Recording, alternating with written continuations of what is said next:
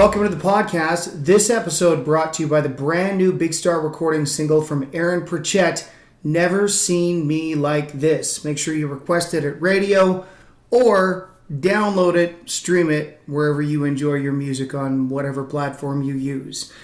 This week on the podcast, I met this guy in Amsterdam at a Tony Robbins event 3 years ago, and I have watched his ascension as he's lived his dream. He now has the number one most listened to fitness podcast in Europe.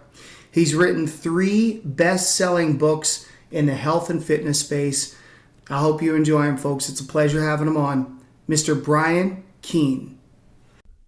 So thrilled to have my friend Brian Keane on the podcast today. Now, Brian, it is evident to anyone who's met you, anyone who knows you, anyone who consumes your content, that you are fulfilling your life's purpose. I mean, that's very clear in the enthusiasm that you bring to what you do every day. So tell us a little bit about a guy who started as a primary school teacher and then ended up, as a fitness guru. Tell me a little bit about that process and how it got rolling for you. Yeah, I'll take a little bit of a step back. And Jim, as we said, I've been looking forward to this conversation for ages because we've been so long due this catch up.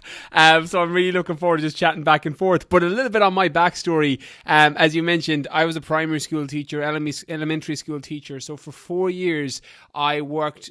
That was basically my job. I was what you would expect from a teacher. I thought a year in year 1, a year in year 3, which is 8 and 9-year-olds, and then a year in 2 years in year 5, which is 10, 11-year-olds. And that was my job. But for 2 of those years, Jim, I worked as a personal trainer at nighttime, so a fitness trainer in a gym. So I would go to school during the day, and my day job from 8 to 4 was working as a teacher. And then I would go home, I would change my clothes, and I would go to the gym, and I would work as a personal trainer, helping people get in shape and helping people lose weight from normally 6 to 9. And then I would go home, prep my meals for the day, and then go at it again the following day. And what started to happen was I was working with clients it was in London at the time, and I was getting paid to work with people in the gym, and I couldn't believe I was getting paid to do it. It was one of those things that I was in a gym in my free time because I was getting my wage from teaching, and I was getting paid for helping people transform their bodies. And I'm like, I cannot believe I get paid for this. And that made me question whether teaching was the thing for me long term, because I loved teaching, I loved working with the kids, but it wasn't something I would do for free. Something that I come back to regularly is I'll ask myself the question, would I do this thing for free? And that's kind of how I found my life's purpose in what I'm doing, because everything I do now, and just to cut a super long story short, over the space of several years, so in 2014 I moved back to Ireland, back to the west of Ireland where I grew up. No social media, no clients, nothing. I moved back in at my mum and dad at the time. My sister gave me her crappy little Toyota Yaris so that I can get to and from the gym. So grateful to her for it, but it was one of those cars and I'm like, I don't know if this is going to start every morning, so I used to have to leave an hour early for work in case I wasn't able to get the car to start. But over the space of 2014, from the 6 months of working with people, I started to build up a waiting list because of the results I was getting. And then I was bringing on other trainers. In 2015, I moved online, and from online, I've gone on and written a couple of books. My first book, The Fitness Mindset, was 16 weeks on the Amazon bestseller list. It did really, really well. My podcast, which I love, one of the favorite things that I do, one of the top health podcasts in the world at the minute, because we're getting about 150,000 downloads a month at the minute. And it's just been trying to serve the community in a fitness audience, a health audience, and helping people, the mindset side of things, strive to finding out what they would do for free. And that looks different for absolutely everybody, but it's a very good starting point question. We can go in any direction from there, but just asking yourself, what would you do for free? And everything I do now, from the books that I write, the podcasts that I do, the videos I create, the courses, the programs, the coaching I do in my online programs, I would do it all for free. Or ask yourself, if you won the lottery tomorrow, would you still do what you're doing? And if the answer is no, it might be time to start getting your ladder up against the right wall in something else that you might want to do in your life. And I was just fortunate enough over the last few years that I asked the right questions, was able to take some of the action steps, and here we are now. Yeah, there's so much utility in that perspective, in really thinking about the things in life that you enjoy so much that you would literally do them for free. And for you, the interesting thing, or one of the things that I find interesting about how well you've grown in this space is, personal progress is addictive. And I always mention that to my friends, my clients. It's like if you start growing your competence in an area, all of a sudden you'll become addicted to it, right? Especially if you see measurable growth. But in your case, you also have that going on in your own life and lots of measurable growth. And we'll talk a little bit about that. But you're addicted to watching other people grow and evolve. And that must be, some sort of reward system that you've been able to tap into that maybe it just isn't there for everybody.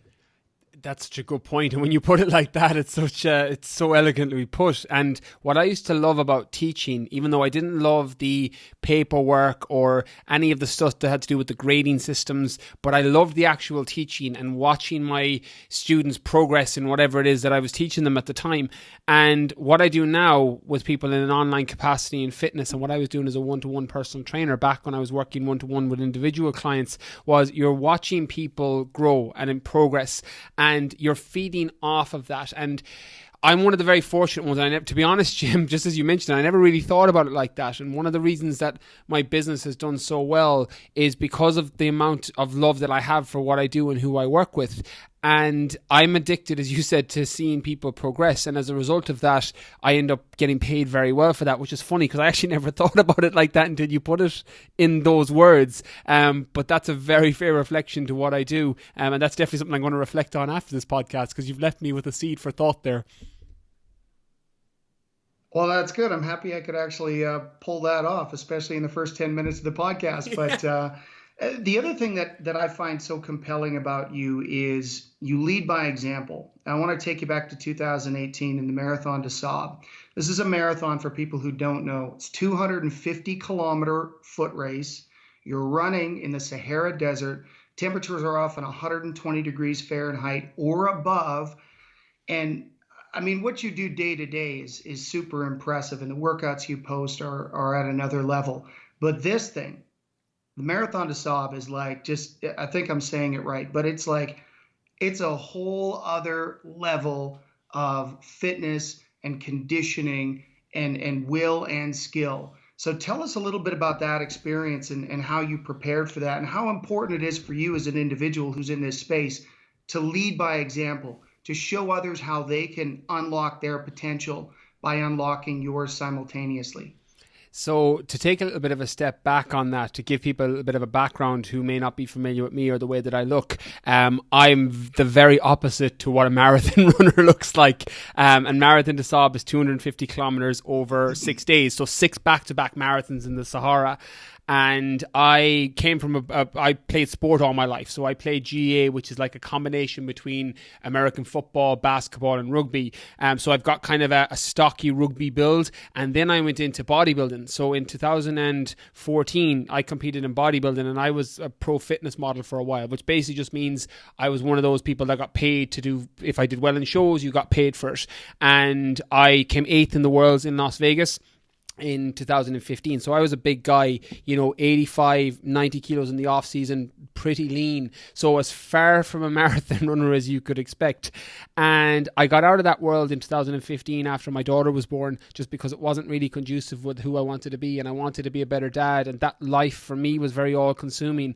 And it's weird, Jim, because when we met at Tony Robbins, I heard about Marathon des Sables from another guy who I became friends with. Me and you stayed in touch, and me and Tom Otten, another guy, a friend of mine, stayed in touch. He had ran Marathon des Sables, and he was telling me all about it at Tony Robbins. And I remember there was a speaker, I can't remember who it was, but I lost that entire hour sitting on Google by searching Marathon des Sables and looking at the forums, and it was all these crazy things, like, because it's self-sufficient. So just to paint a little bit of a picture, for Marathon des Sables, you literally get planted in the Sahara Desert with whoever it is that wants to run from point A to point B over the space of 6 days for a total of 250 kilometers, and it's self-sufficient. So all your food is on your back, all your equipment is on your back, and there's like safety precautions you have to take. So you have to be within arm's reach of a venom pump at all times in case you get bitten by a snake. So there's lots of different survival aspect to it.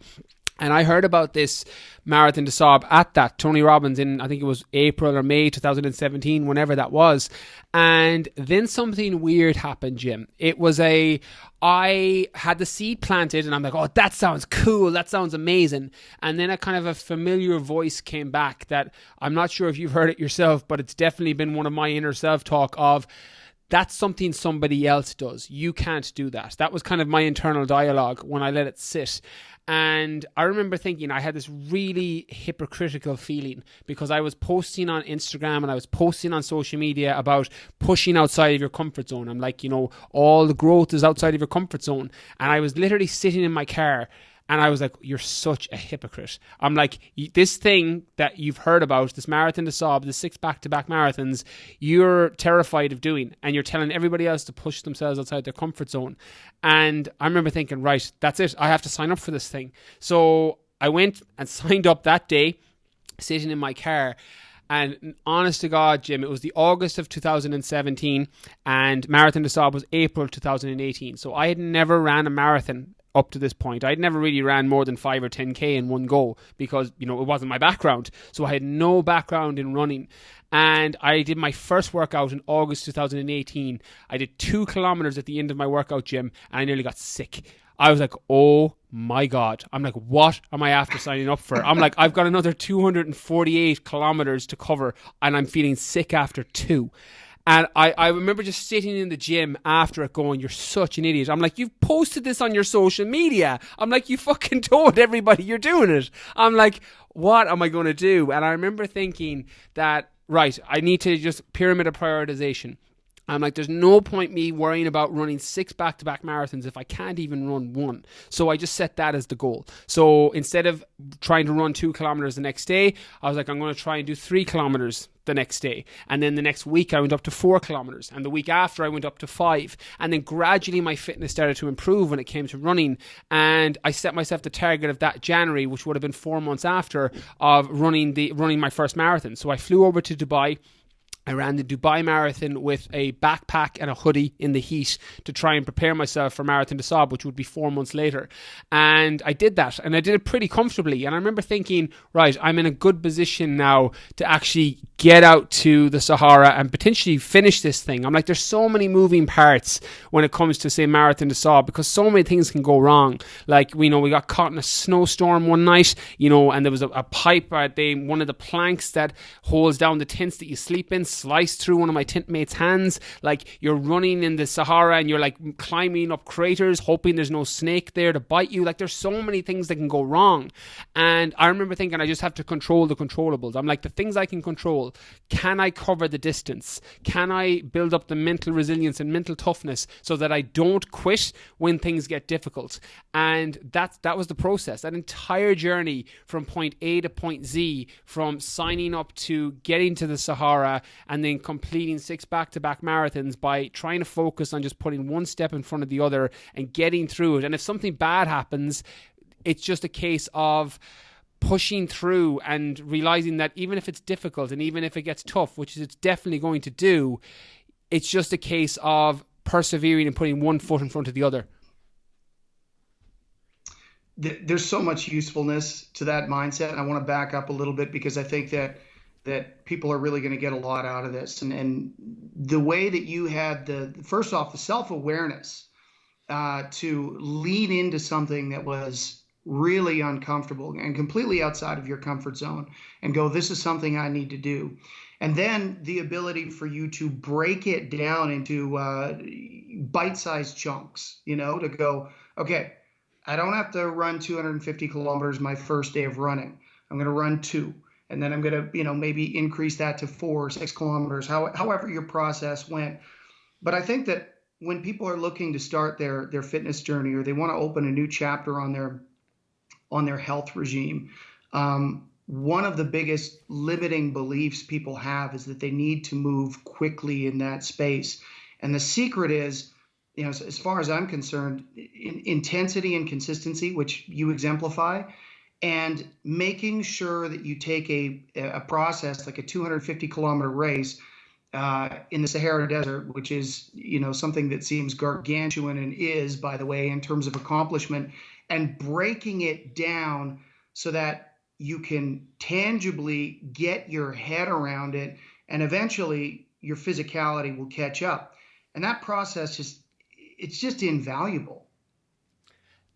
And what I found from it, you made such a great point breaking it down there, is for me, there was so much crossover with how I was handling everything in my life, because the biggest goals, without sounding like a cliche, can be broken down into the smallest component parts. Like there's a section in the, I talk about it on the podcast, it's in the last book, about when I'm feeling daunted around tasks like Marathon des Sables, or, something we might get into later, 2019 I ran through the Arctic, is I always picture the Great Wall of China. And I'm like, that wall started with a brick. I'm like, that was one brick that was laid on top of another brick. And you keep doing that repeatedly, and eventually you have a wall. And Marathon des Sables was my wall. It was like, how do I break this down into smaller component parts so that I'm not worrying about, and that was true. I did that even daily when I was out there. I'm like, there's no point worrying about day 5 and running Marathon 5 if I'm gone by day 3. And it helped me in the sense of, and one of the things I talk about on my platforms is you can do that with anything like that. It's relative. Like I don't expect people to sign up to Marathon des Sables and run 6 back-to-back marathons in the Sahara, but you might run a marathon or a half marathon, or you might want to hit a PB on a squat, or you might want to do this, that, or the other in your business or your personal life. The biggest goals that you have can all be broken down into the component parts, and then you just focus on, I call it WIN, what's important now, acronym for WIN. And all you're doing is focusing on what's important now and doing that repeatedly, consistently until you hit your end goal. Yeah, and I mean, I think that pearl of wisdom is something that, like you said, it's transferable. People can take that into business. They can take that into their personal lives. They can have an objective for what they want their marriage to look like, or their relationship with their kids, or their career, and they can, have this daunting task or objective in front of them and just break it down. Now, back to the fitness space, because it's one of the things I love about fitness is that it's very measurable, it's very tangible, and yet the habits that make you a success in that space are very transferable to other things in your lives. What is one of the main excuses that you encounter as you are helping people and nurturing people to foster their fitness journey? So, you've got this individual who's well-intentioned and they really want to start, but for one reason or another, they've been wanting to start for years and they just haven't. What is it that stops people from putting themselves in a place to fulfill their own potential? From my experience, understanding that going from 0 to 1 is considerably harder than going from 1 to 10. Like getting something off the ground or getting started with a new fitness program or a new diet or whatever it is, going and getting started at the beginning is the most difficult part. And what I generally see, and I fall into this bracket as well, Jim, I'm no saint here, is fooling yourself. I love the Richard Feynman quote, don't fool yourself and you're the easiest person to fool. That people will say, I don't have time, or I can't do that right now. That's a big one. And one mindset shift that I always tell people to focus on is, I don't care if you convince yourself you don't have the time. I'm like, you might not be able to do it right now, but just change your wording into, I can't prioritize this. I'm like, there's a big mindset shift there, because I don't have time isn't reality. Like, you do have time. You could get up earlier, or you could cut something from your day, or you could do this, that, or the other, but I can't prioritize it. That's a different thing. And I have no problem with people not being able to prioritize their fitness or not being able to prioritize their nutrition, unless there's someone I'm working with directly. I'm like, yeah, there's times in life when you're not going to be able to prioritize your gym session, or you're not going to be able to prioritize eating the meals you have to eat, but don't fool yourself into thinking you don't have time, because you do. And I think that one mindset shift, it's helped me so much, Jim, because I would have been that person, I would have been embarrassed to admit it, but even when we talked about my daughter Holly just before we went on air, and I know you have Hunter and Maverick, in terms of being a parent, there was times when I'm like, oh, I don't have time to, play Lego, or I don't have time to read her that story. And embarrassingly, when she was, 1, 2, they were stories that I told myself. And as soon as I flipped that language to, I'm not prioritizing this, it would fill me into the next question. Well, why aren't you prioritizing this? And that was a whole different area. I'm like, I should be. I'm like, this is a higher priority to me than my business or even my fitness. I'm like, this is the relationship that I want to make sure that is built well over time. And that question and that reframing of the question can allow you to kind of see your own story or see the own whatever negative spin you've put on it, and whether that's your weight loss, whether that's fat loss, whether that's building muscle, running a marathon, with your family, with your relationships, with your business, just flip the I don't have time to it's not a priority, and then at least you can make peace with the fact that you can't prioritize it right now, or you can catch your own story that you've told yourself that isn't going to support you in the thing that you actually do want to do. Right. And that sort of dovetails into the next question I have for you. And one of the things that really spoke to me when I was listening to your podcasts and still listening to your podcast is the idea that motivation to a large degree is very short term and to some degree is actually bullshit. And a lot of people are, wanting to start their fitness journey or their inspirational journey in some component of growth in their life. And they're looking for the motivation to do it. And you sum that up so well. I want you to speak to that a little bit to the audience today. Yeah, so one of my most popular podcasts was, I did a podcast at the end of a Q&A, and it was just titled Motivation is Bullshit. And that comes off the fact that I'm not saying that motivation isn't a real thing. It definitely is. Like, there's days you will feel motivated and there's days you'll feel demotivated, but relying on motivation to get something done is a fucking crap strategy, because there's going to be days when you feel great and there's going to be days when you feel crap. And one of my mentors used to always tell me that successful people do what they have to do whether they feel like it or not. And I think if you can condition yourself to do that and realize that your daily habits and what you do, one of the lines I say on my podcast repeatedly is, tell me what you do every day and I'll tell you where you'll be in a year. Tell me what you're eating every day and I'll tell you how you'll look in a year. Tell me how you're training every day and I'll tell you how fit you'll be in a year. That's what it comes down to. Motivation, the analogy that I like for motivation, it's kind of like if you're on a paddleboarding, or if you're out on a boat and you're kayaking, or you're doing something where you're out in the open water. Motivation is like when the wind comes. There's going to be times when you're on a paddleboard and you're going paddling and the wind comes and it gives you a nice little flush forward. But the actual paddling and the physical effort you're doing is what you're doing every day. You can't rely on the wind to come. Like, if you did, you'd fucking never get anywhere. Like, you'd want to go from this island to that island and you wouldn't be able to get there because you'd be waiting for the wind. That's what motivation is like. So if you're trying to lose weight or you're trying to get in shape and you're waiting for that motivation to hit, it's not going to come. Like, you can get motivated by changing your state. Tony Robbins talks about this a lot. Like, a lot of other gurus out there that will talk about changing states. Like, you can change your state with a song. You can change your state with a motivational video. You can change your state by listening to a podcast or listening to somebody inspiring. And that's all great and it'll get you off and get you moving. But what happens then when you actually get into the gym? What happens then when you actually get onto the road? You've put on your runners to go for a run. You've put on your hat to go for a run.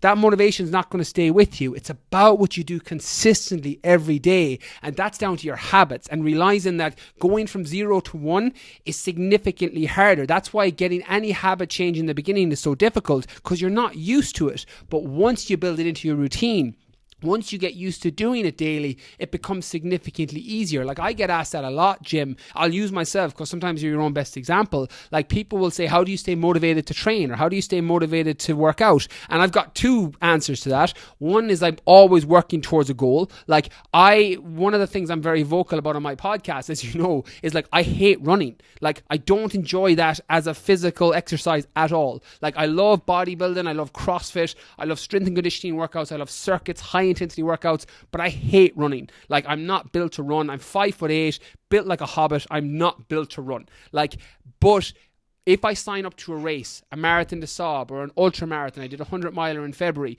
If I sign up to something, I have to force myself to train and force myself to run, or else I'm not going to be able to hit the goal I set for myself. So the two pieces of advice I offer is, one, set a goal that you're working towards, whatever that is. You know, you want to lose a certain amount of weight or a certain amount of body fat, or build a certain amount of muscle, or squat a certain amount of weight, or run a certain distance. Set a goal for yourself that you're working towards, because that's going to feed into your motivation, and then pull it back to realizing it's about what you do every day. And somebody asked me on my TikTok recently, my God, how do you stay so motivated? I said, I'm not motivated. I just have good habits.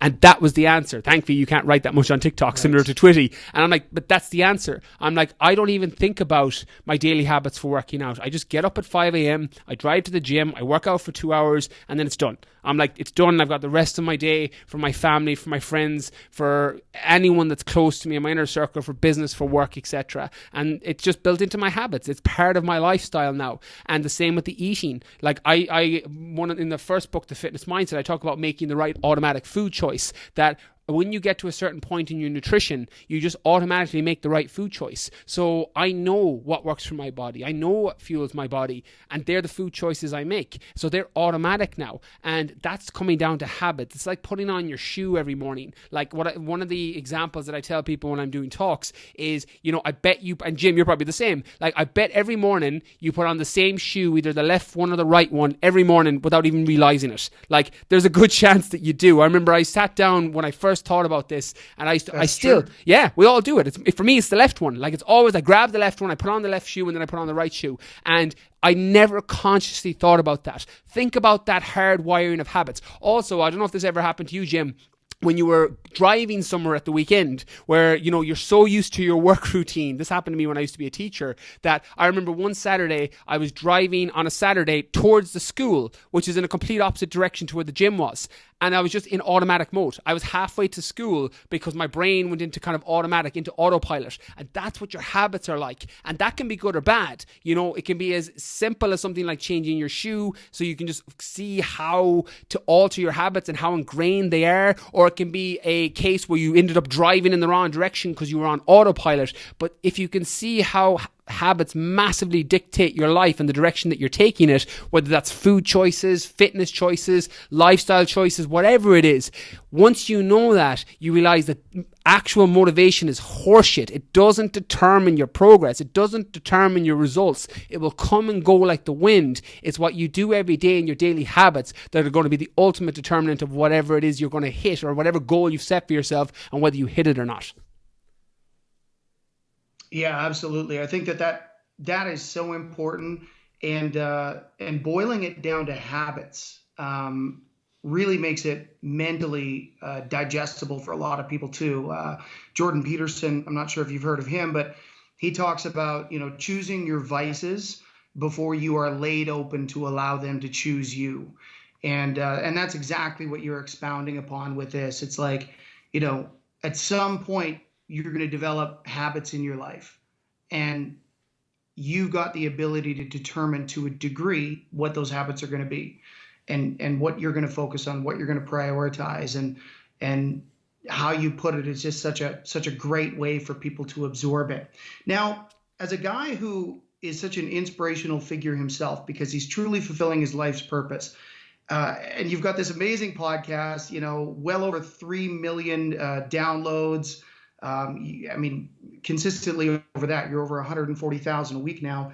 But you've had some of your mentors on that podcast, you know, guys like Dorian Yates, Colin O'Brady. Where do you still find people who force you to embrace a mindset to grow? I mean, are there individuals outside of your circle that you have now that you look to give you the mindset? I'm not talking about motivation or inspiration, but a little bit of that, to go, you know what? I need to step it up a few notches in my life. Who do you look to as sources of inspiration in that world for yourself at this point with where you're at? It's a great question because it varies based on what my goal is. So generally, as my priorities shift and whatever my personal goal is, I tend to gravitate towards that person. So for example, Colin O'Brady, who, for anyone unfamiliar with Colin, was the first man to solo cross Antarctica self-sufficiently. So anyone that ever tried that expedition has either failed or died. And Colin is the first one and only to this day to have done that. And when I came across Colin's profile, his Instagram, his books, etc., I was training to run through the Arctic at the time. So the Arctic, I did 230 kilometers through the Arctic over 5 days in February 2019. So I gravitated heavily towards Colin's content at that time because he was training for Antarctica and he was doing these crazy challenges. And as a result of that, he was somebody that inspires me and motivated me. And one of the things that I've used and kind of a tool in my arsenal is if I set a big challenge or goal for myself, I try and look for people who have done something crazier than I've done, and it makes me feel like my goal is more achievable. So Colin's a great example. Another one is a friend of mine, Ross Edgley, who's been on my podcast. And Ross broke all the world records for swimming there last year. He was on Rogan, he was on Rich Roll, he did a whole tour, and he's been on my podcast multiple times. And he swam around Great Britain solo. So he was the first ever person to swim all around Great Britain. I can't remember how long it took, 3 months, I think. And I remember when I was training for the Arctic, I was jumping between Ross and Colin because I'm like, well, look, Colin is going to cross Antarctica solo and Ross is swimming around Great Britain. I'm like, I can run 230 kilometers through the Arctic. And that's generally how I seek people out. It's never intentional. It's normally the people that are inspiring me. It's because that's what my current goal is. Somebody like Dorian Yates. And I was a huge fan of Dorian. He's a multiple-time Mr. Olympia bodybuilder. And one of the reasons I gravitate towards Dorian now is he's gone a complete 180 in the sense that when he came on my podcast, he was talking about, spirituality and, he was talking about psychedelics and things that really helped him shift his mindset from massive, drugged-up bodybuilder, champion, obsessed with this lifestyle to, I just got to let it go. I'm going to do some yoga and I'm going to see what happens with the universe and just let it happen. And I gravitate towards that, not as extreme as Dorian, but because I have a tendency to have that type A personality where I can be very all in on things, and it can normally lead to kind of an outward success. So races, financial success, business success, etc. But it can come sometimes at the cost of like a massive inner turmoil, like that kind of 800-pound gorilla of anxiety, because you're never able to switch off. And when I see somebody like Dorian, who came from that point where he was all in, type A obsessive, to being super happy with himself and just content to let things happen as they come, that inspires me because it's something that I'm seeking out, not directly right now, but it's definitely something I keep an eye on because I never want to be caught in that trap of, success coming. Like one of my favorite lines, one of my quotes, and I don't know who it's from, is, when you're reaching for the moon, don't forget the flowers at your feet. And I always think of that when I'm setting a goal for myself with, business or a book or, a challenge like the Arctic or the Sahara. It basically just my daughter, my mum, my inner circle, my family, my friends, like the people who are closest to me, to not let my goals come at the expense of the time and person that I should be with them. And when I see someone like Dorian, that inspires me because he's very clearly living that life. So in terms of who I seek out and who I see, Jim, we had this conversation when we met at Tony Robbins, like when you were talking about, Hunter and Maverick. I'm like, that's how I want to talk about my daughter. I'm like, there was so much love in your voice. I'm like, so I'm taking inspiration from the people I meet and in everyday life. And sometimes it's in books, sometimes it's in podcasts, sometimes it's with friends or people that I know, but I'm taking it from all over and it's something that supports me. So I'm not sure if that answers the question, but that's my approach to it. Well, that's such great advice, man. I think the idea of reverse engineering your inspirational figures around the goals that you have in your life by deploying self-awareness and understanding that you've got some work to do, and then looking to the people who really crush it in that space. And that way you can continually refresh your mentors and your virtual mentors over time. It's such a great piece of advice. I'm so glad you said it. And that's one of the advantages, I think, in living in culture today as an adult and even growing up. You've got this opportunity to glean so much information and great information from highly inspirational and knowledgeable figures in various different spaces and niches. The downside of that, and I want to talk a little bit about this with you, is that there's such a proliferation of information. There's also so much horseshit out there. And we see it heavily in North America because everything here gets politicized and everything gets looked at through a political lens, whether it's the response to the coronavirus or well, anything. We could go on about that. That's a whole other podcast in itself. But one thing that you do very effectively is that you're so knowledgeable in this space of fitness and lifestyle that you are often debunking these viral videos, whether they're on TikTok, YouTube, or just on Instagram, and reminding people that there is no, quick fix to fitness. And everybody's looking for that. A lot of people are like, hey, I want to get rich quick. I want to get fit quick. And so these videos prey on that mentality. And you're one of the guys out there who's a voice of reason fighting back against that. And I want to delve into that a little bit. Like, tell me a little bit about some of the trends that people who are looking to capitalize on the mentality of someone who's looking for a quick fix in the fitness space. What's one of the common messages of the bullshit videos, and what are you debunking most commonly in that space? It's a great question, that, and I can go in multiple ways with this, but anything that's been sold as a quick fix in fitness and health or the fitness industry, like, I try and put out content, as you said, that debunks it. But to be honest, Jim, like, the only difference probably between my content and maybe some other people's is we're saying the same fucking thing. Like, to lose weight, you need to be in a calorie deficit. Like, it's as boring as that. Like, it's basic science 101 that if you want to lose weight, you need to eat less calories than your maintenance. Whatever your maintenance is the amount of calories you eat to maintain the same weight, and to eat a calorie deficit is any number below that, or you get a calorie deficit from working out and that puts you into a deficit. Like, that's the answer. Like, that's sorry Brian, we should point out too that there are minor and very tiny exceptions that if someone has a real imbalance in their hormones or something, sometimes it's something beyond a calorie deficit, but 99.9% of the time that's exactly what it is. Yes, great point. And just, I'm going to kind of build on that before I continue, that there's definitely a portion of people who that's not enough. The majority of people who are following me on my platforms don't fall into that bracket, but there are definitely people with genetic dispositions or genetic issues or hormonal issues that need to be resolved where a caloric deficit isn't enough.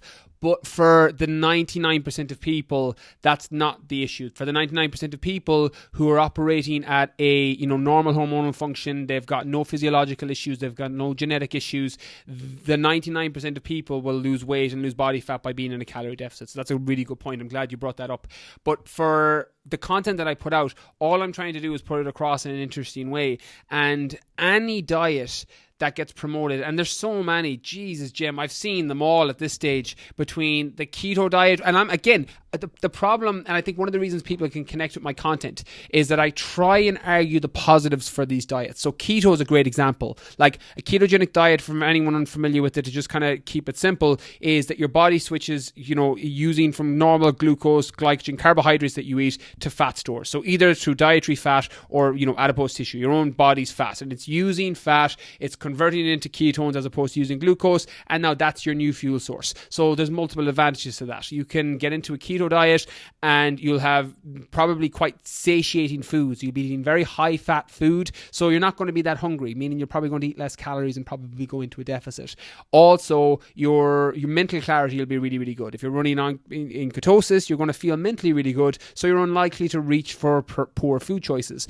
But the downside of it is it's a massively restricted diet. Like, you literally have to get nearly 80 to 90% of your nutrition through dietary fat, or you can get it through fasting, etc. And it's just not sustainable for people for weight loss, when all you really need to do is track your calories and get into a deficit. But the problem with keto is it's an amazing diet if you can stick to it. It's just that people can't stick to it long term because it's so restrictive.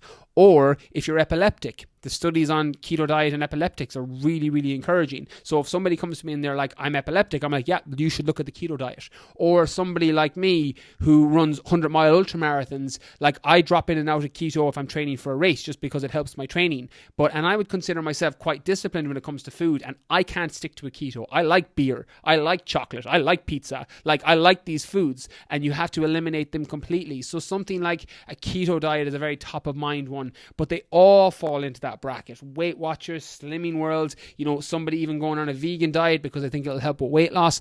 I'm pro find what works best for you, but make sure it's something you can stick to.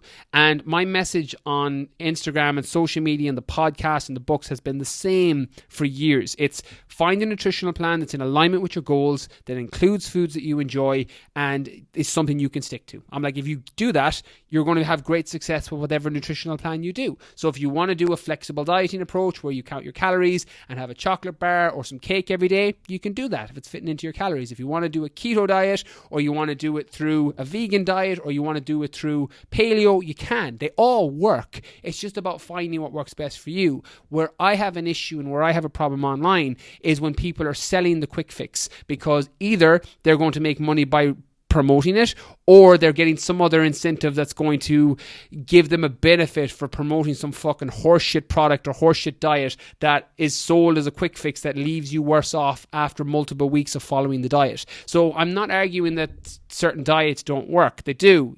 Certain companies, some I'm not allowed to name because I've been sued by certain companies. So there's a couple of those juice bars and bar diets out there that will promise the quick fix, and they work. That's the problem. I'm like, they do work. I'm like, if they didn't work, no one would do them.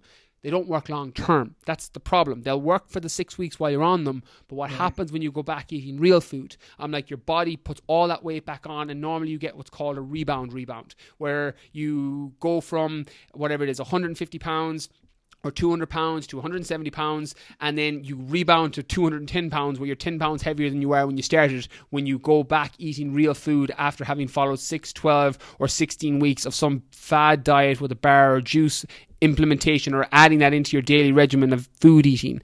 And that's all I'm trying to do and put it across to people is, like, if you want to do that, that's all well and good, but realize you're going to be in the same starting point in a few weeks and probably worse off, hormonally, metabolically, etc. So we overcomplicate nutrition.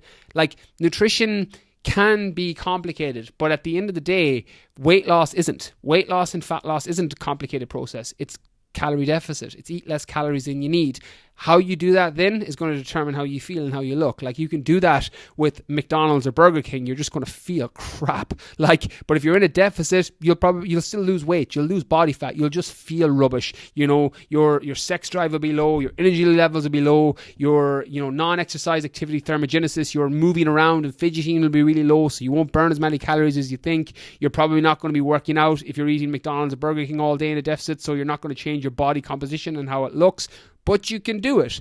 But I recommend normally using whole foods, using real foods, fruits, vegetables, complex carbohydrates, healthy fats, good complete protein sources, and building that in. And then if you want to add in other foods that you love, you're a big fan of Pop-Tarts, or you're a big fan of, chocolate cake, I'm like, yeah, factor it into your calories and you can still lose weight. Now, changing body composition, building muscle, etc., that's a more complicated process. There's more stuff going on there, but weight loss is that straightforward. And all I'm trying to do on my platforms is get people to understand that weight loss is the goal. Don't overcomplicate it. Get into a deficit whatever way you want. Find something that's sustainable for you, and just rinse and repeat, rinse and repeat, rinse and repeat until you hit your end goal.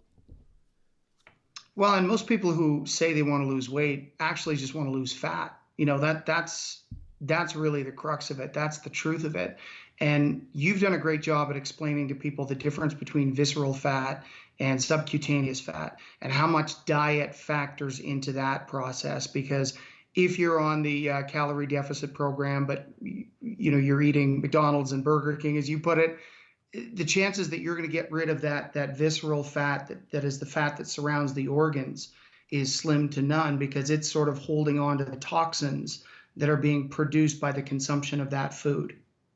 Yeah, that's one of the biggest misconceptions, and I didn't realize this was a huge misconception until I kind of started social media a few years ago, was that people were confusing the difference. I'm like, losing fat and losing weight are two different things. I'm like, they're completely different. Like, losing weight is reducing numbers on a scale. You step on a scale, it says 200 pounds. You step on it next week and it says 198 pounds. You've lost 2 pounds. You haven't changed body composition. You haven't lost body fat per se, but the number is lower. Losing body fat, on the other hand, is reducing fat on your body. So your clothes feel looser. You look different in photos. You know, your body composition has changed. They're two different things. Like, one of the posts I put up a couple of weeks ago was, you know, I'm like, you wouldn't use the number on your bank account to check how good you are in bed. I'm like, stop using a scale to check how low your body fat is. I'm like, it's the same thing. You're tracking one unit of measurement that has nothing to do with what it is that you're trying to achieve. And that shift can be really helpful. Like, again, I'm not promoting going to deficit by eating McDonald's and Burger King. Like, it's so far from my philosophy on nutrition. It's unbelievable. I couldn't be further away from that. But to give the idea of actual just weight loss, you know, it can work that way. And it gives people an extreme thought that it's like, okay, that's the primary thing I need to focus on. And I think it's important to understand that if you're trying to look better, and you're trying to lose body fat, that's what you're focusing on. Meaning that weight can fluctuate daily. You know, there's so many factors that can factor in on your weight. You know, your water intake, your sodium, your stress levels, your cortisol. If that's higher, you're going to retain more water, meaning you're going to weigh more on a scale. The same as like if you're eating a higher carbohydrate diet and your glycogen stores are full, like the more carbohydrate you have in your system, you're going to weigh more because you're going to pull more water underneath the muscle cell. Like, that's why certain low carb diets work so well for quote unquote weight loss. I'm like, of course it works. I'm like, you pull all the fucking glycogen out of your body because you're not eating any carbs, you're going to weigh less, but you might not lose body fat. That might not be a reduction in body fat, but you're going to weigh less when you step on a scale. And where people can get very frustrated, and I get this, like, you know, can you imagine, Jim, training for something or training for a goal or having a target, and you're constantly doing something and you keep hitting this glass ceiling? Like, that's what happens when people are tracking their weight loss when they should be tracking their fat loss. Is they're like, okay, I'm doing everything right, I'm eating in the deficit, or I'm eating this food, or I'm training this way,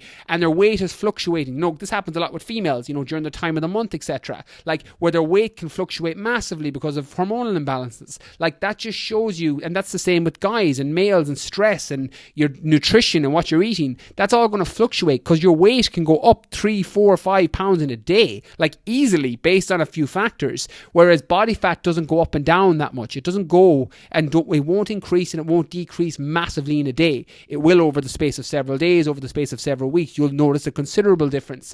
But I would get people to think about shifting what they're focusing on. You know, what you focus on is what expands. Like, for the lack of, you know, a better term, like, if you're focusing on your weight and it's the wrong thing, you're going to get frustrated when your weight isn't going down, even though your body fat might be. Like, just consider somebody that's added in a resistance training program. You know, if you're adding in a resistance program where you're now lifting weights, you're probably going to change your body composition. And if you're adding lean muscle tissue to your body, and again, I say lean muscle tissue, like, muscle isn't bulky, muscle is lean, you know, bulk is bulk. But if you're adding lean muscle tissue, like, your weight may not change. Like, I've literally had people come through my programs, and I'll never forget, I had one girl come through my program, Jim, and she's one of my testimonies on the website, and she came through my BKF online program, which is my online coaching program for fat loss, body composition, etc.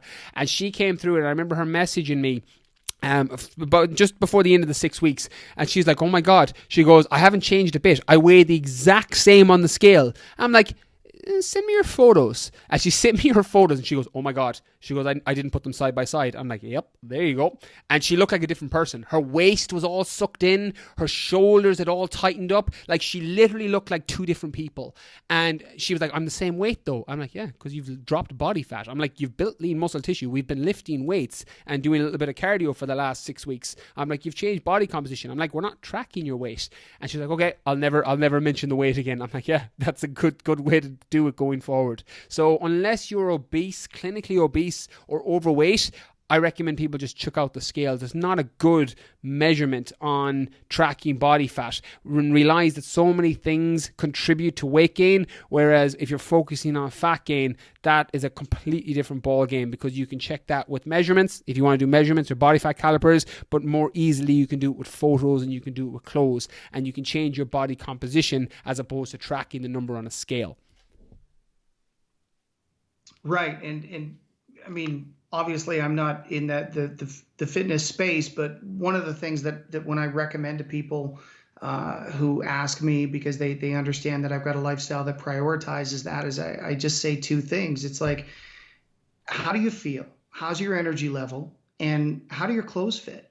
Like, those are the two things that, if you want to boil it down to simplicity and you pay attention to those things, if you're trying out a new diet or a new fitness regime, then, pay attention to those things, and those things will tell you a lot about yourself and a lot about whether or not you're making progress or just treading water. Couldn't agree more. That's literally what I do with people on programs. Is I'll add the photos to that. That's another very helpful tool. But how are your clothes feeling? How are your energy levels? How do you feel? And if it's all moving in the right direction, you keep pushing forward. If it's not, you've got failure as feedback that you can make some changes, that you need to tweak something. But again, that is all going to help you progress going forward, regardless of what the feedback is. Yeah, and maintaining that level of self-awareness through the process so that you can obtain real feedback and not just sort of tell your coach what they want to hear is just so important for people too. And do you find that when you're training people and they're starting this journey, that there's a heavy level of insecurity and that they sort of want to appease you, whether or not they feel like they're getting the result? Or I guess in your case, you probably got to dial down to such a science that you're seeing the result, and that's just corroborating what they're saying. But I would imagine every once in a while you've got that outlier, that person who's like, for one reason or another, the program's just not quite working for them, and yet they're unable to sort of cop to that and be honest with you about it. And that's why, there needs to be this level of candor between you and your clients that is on another level, that maybe is a level of candor that they've not even been able to have for themselves. Yeah, and that's probably the trickiest part. And that's a small portion of the people I work with, but it's definitely a percentage, because you have people that, for whatever reason, all I can do as a coach, and it's something I recommend for anyone that works with people, is like, you're setting up an environment where they feel they can be honest with you. And after that, it's very much the horse to water. Like, if you've set up that environment as the coach to be like, look, if things aren't going well or they're going this direction or whatever it is, look, be honest and we can make the changes and we can make the tweaks to it. But if somebody isn't in that position because they're afraid of what you'll say, and normally it comes down to that, as you mentioned, the insecurity. They're afraid that I'm judging them, and that's normally not a reflection of me. It's normally a reflection of experiences they've had where people have been judging or have a lot of judgment towards them, and they're afraid I'm just going to be one more person that does that. And all I can ever do on my side is try and open up that conversation or that communication line that, look, if things aren't going well, tell me and we can work through it. Like, you can't fix a problem as a coach or a trainer if you don't know about the problem.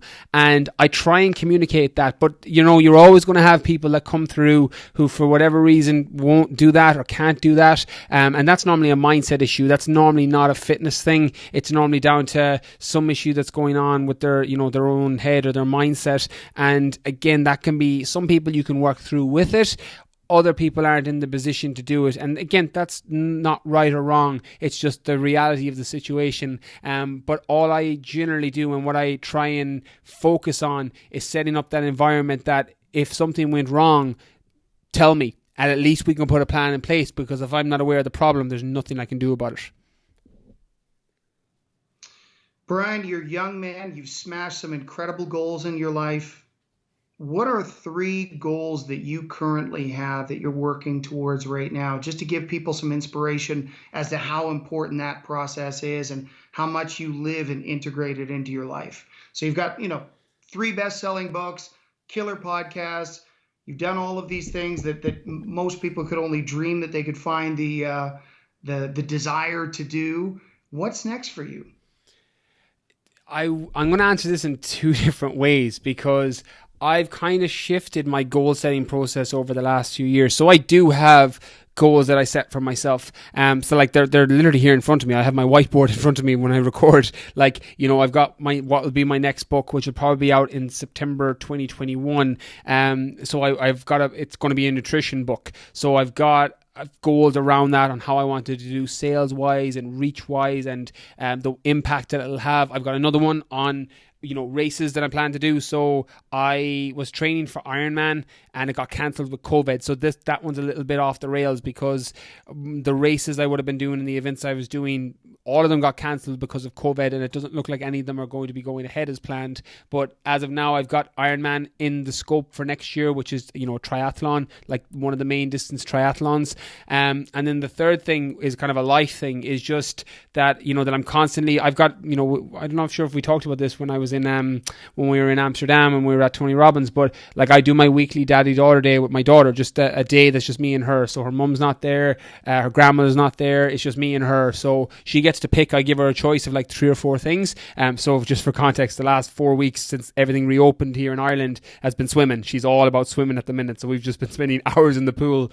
And my goal on that side is just to make sure, regardless of what happens, even especially with COVID, even if things shut down, that we keep doing something, even if it's just going to a playground or going to a park or doing something together, that even if the environment in the world isn't set up the way we would go to the cinema or go to the pool or, do something like that, that we're still doing something together every week. But the mindset shift around goal setting, like as long as I'm enjoying the process, Jim, that's my main focus now, on the process over the outcome. Like one of my favorite quotes is a quote from Buddha, is like, if you can't be happy on the journey, how do you expect to be happy at a destination? And I just try and focus on that. So there was a time in my life, even when we met first, where I was very goal driven, and I still am goal driven to a degree, but I was very outcome driven, and I didn't care what the process was as long as I hit the target and as long as I hit the goal. So one of my mindset shifts over the last few years has been to have all my goals, have the ambitions, have the desires, have all these things, but check in with it regularly, that if I'm not enjoying the process, something needs to change, as opposed to being completely focused on the outcome. But yeah, there are 3 goals that are kind of top of mind at the minute, that I'll be focusing on over the next couple of months, next year or so. So I hope that answers the question. Well, that's awesome, man. And what a great example you're setting for Holly too, to chase these goals and integrate fitness as such an imperative component to your life, which obviously arms you in emotionally and mentally as well to continue to push forward in this world. I know she's only 5 years old. She's just a little one, but have you been able to bear witness to the result of living your life with that level of discipline and courage? And have some of those traits been passed on to her and been exemplified within her behavior day to day as well? It's interesting, and I don't know if I think it's more nature than nurture, but she has a ridiculous desire when she's trying to do something, which is very funny, because I would be very similar. Like I remember when she was learning to cycle, when we took off her stabilizers wheels, she would not let us put them back on. She was like, I am doing this, I will get it. And she just kept going, and she fell off the bike, and she got up again, and she fell off the bike, and she got up again, and by the end of the day she was off it, and she's never put them on again. And it's funny because I see that I would have something very similar, where I would have my mind set on the goal and I'm just tunnel visioned, and I can see that even as she's only 5, as you said, but I can see shades of that in her, which is interesting to see how that will transpire over the next few years. Yeah, you touched on the point earlier, and I think it's so cool because you're bearing witness to it in her behavior, and you see it in yourself. That a lot of people think that enjoying the process has everything to do with seeing success in the process, and for some people, depending on how they're wired, that's really important. It's a prioritization, but one thing we're trying to do with our daughters on a regular basis is also learn to celebrate failure, especially in domains where that they're very excited about what the outcome could be, right? And in order to, in order to grow in any realm, you have to be willing to fail. And I know that sounds cheesy, but it's true. And it's really interesting to see that sometimes you can fail, but you're still enjoying the process because there's something within that end goal that just speaks to a component of what you need as a human being in order to evolve in this world. And sometimes I think that gets lost in the message, and people are like, you got to enjoy the process. It's like, yeah, but part of enjoying the process might be sucking at it. And if you can learn to love that working towards an end goal that you have as a true heartfelt objective, then that's where you're going to find your superpower.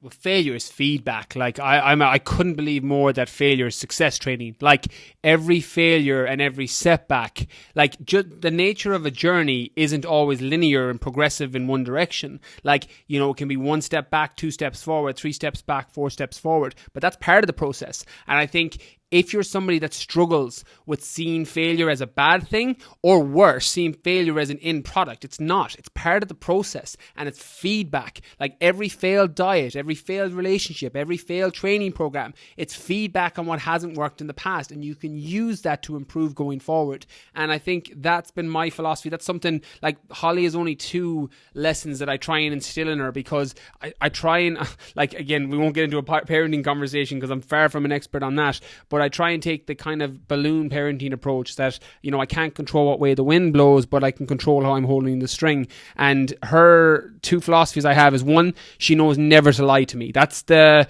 underlying only principle that I have when it comes to the relationship with me and her, is that she never lies to me. And that's to set up an environment that in 10 years time or 15 years time, something bad happens and she feels she has someone she needs to come to, and I don't want her to lie to me about it, so that I can actually try and help with the problem. It's kind of just seeing a little bit of foresight on, you know, working against the potential worst case scenario.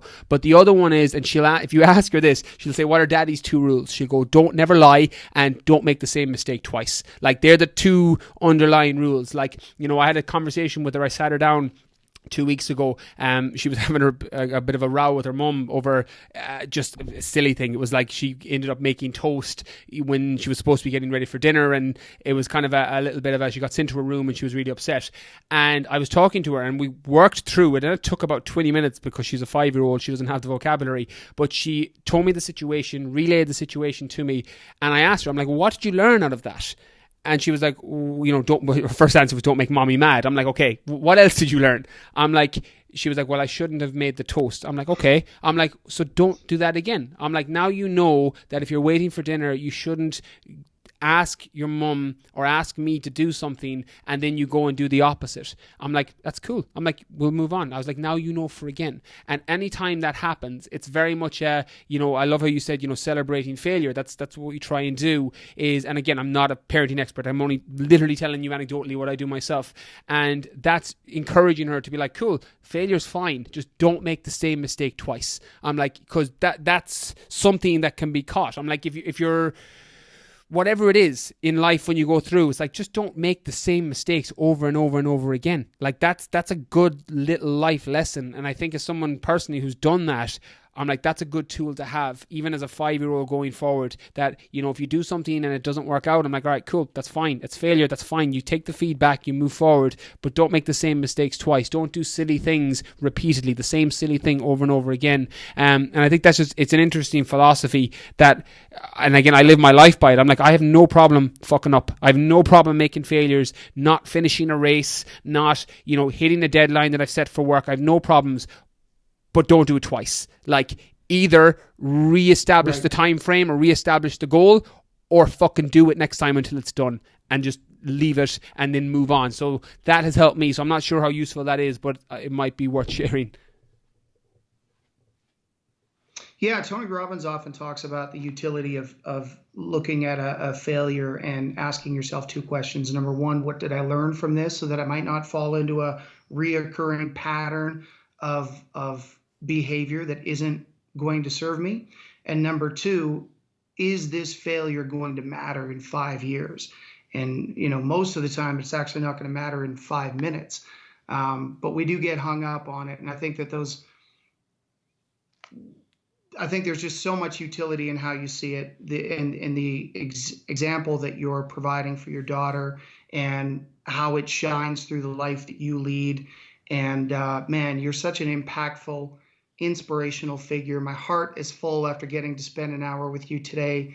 And I know how busy you are. So thank you for taking the time to do this. And, you know, fill up anybody who's had a chance to listen to this podcast. It means a lot, Brian. Thank you. Pleasure is all mine, Jim. This was so long overdue. Loved this conversation, mate. We won't leave it as long next time, I promise. And thanks so much again for having me on. My pleasure. God, I enjoyed that podcast. What a beauty Brian Keane is. Inspirational guy. My heart feels full, and I hope yours does too. The world needs more people like Brian Keane. Hey, next week on the podcast, I don't know if you're a 90s country fan, but if you are, there was a guy who had a big hit called Lipstick Promises in the early 90s, and he was a part of the Liberty Records group circa the time that Garth Brooks was there. Anyway, he's got some really interesting stories about Nashville and how things worked in the 90s country scene, and I think you guys are really going to enjoy it. So make sure you join me next week for George Dukas on the podcast.